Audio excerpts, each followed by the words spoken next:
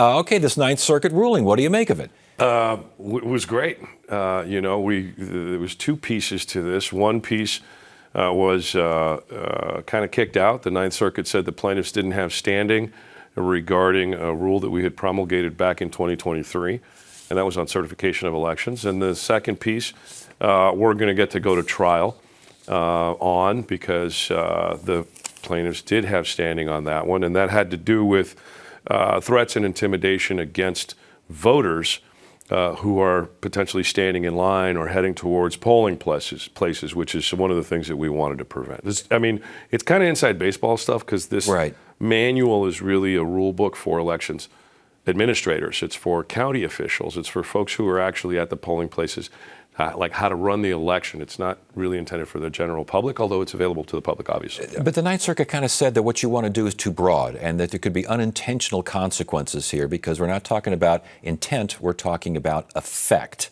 That makes sense to you? Well, it does make sense to me, but that's one of the reasons why we've kind of already made adjustments. And see, this is one of the things about these lawsuits. And we've seen a lot of these kinds of lawsuits brought by political opponents of mine. These aren't folks advocating for voters, by the way. These are folks who are playing the courts and using them to make political money and political arguments. Here's what's actually happening. Every 2 years, the Secretary of State promulgates the new rules.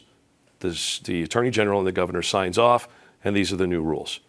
When I do this, I look to the law, state law, federal law, case law. Sometimes these things conflict, so we've got to make sure that all these rules are good to go for county officials. What's happening is political opponents of mine want to game the judicial system, raise their flags and say, oh, we're suing Fontes over this, we're suing Fontes over that, and they can make money off of that with their fundraising. They can go out there and grift off of this. Here's the thing.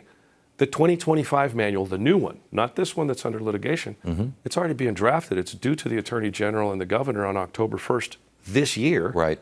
And we're going to have a final one in December. So this case, effectively, is already moot.